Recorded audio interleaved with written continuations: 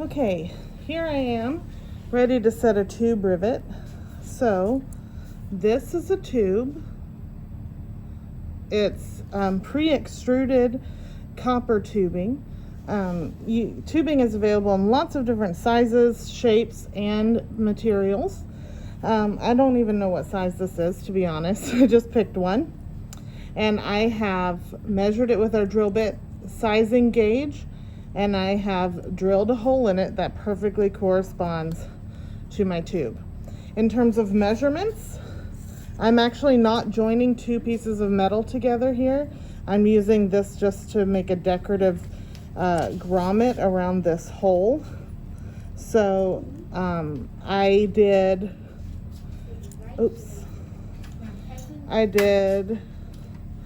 about 1 millimeter on each side, and then the thickness of my metal, which is 1 millimeter as well. So, and I may have a little bit too much material here, but you get the idea. So this is gonna work exactly like a standard rivet, except we cannot hit in the middle because we want to keep that opening for me to put a link or a chain or something through later. So what I've got are these dapping punches. These are just from a dapping punch set.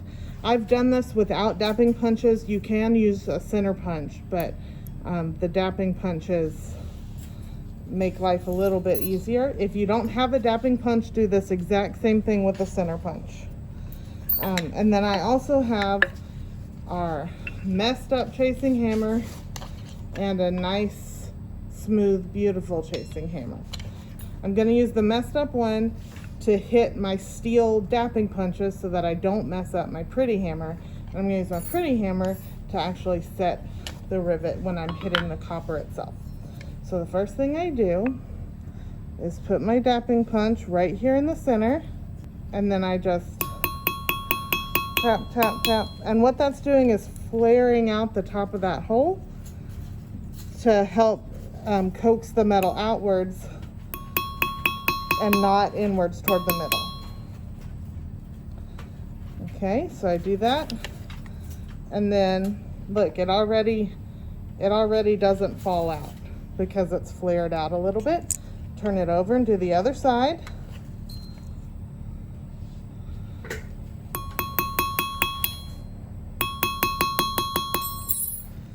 Okay, and then I've got a slightly bigger one here.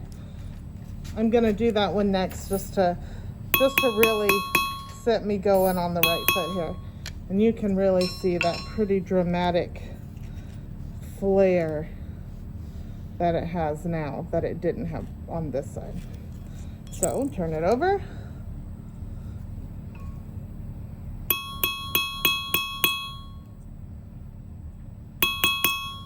Okay. Now it is pretty well flared on both sides. So now I go at it with my pretty polished chasing hammer ball peen, the same way that I did before, except I am gonna still hit in the middle a little bit now that it's flared out, and I focus my way around.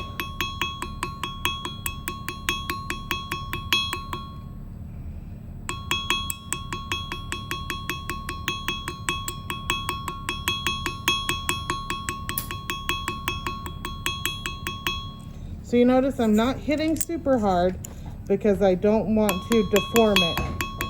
I want to keep it as perfectly circular as I can because it looks prettier that way.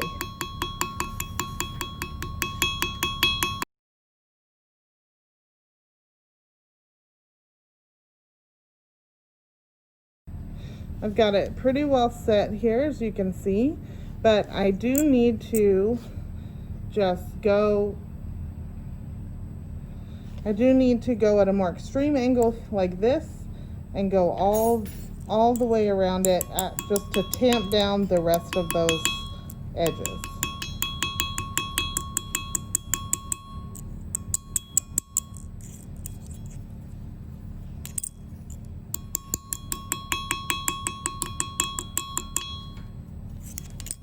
Again, feeling for any sort of snagging.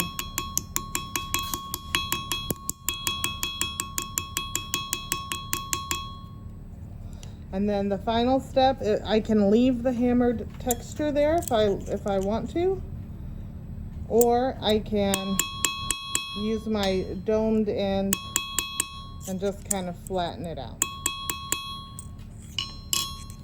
So you can see that the opening did shrink slightly just because of the metal. So when you're choosing one,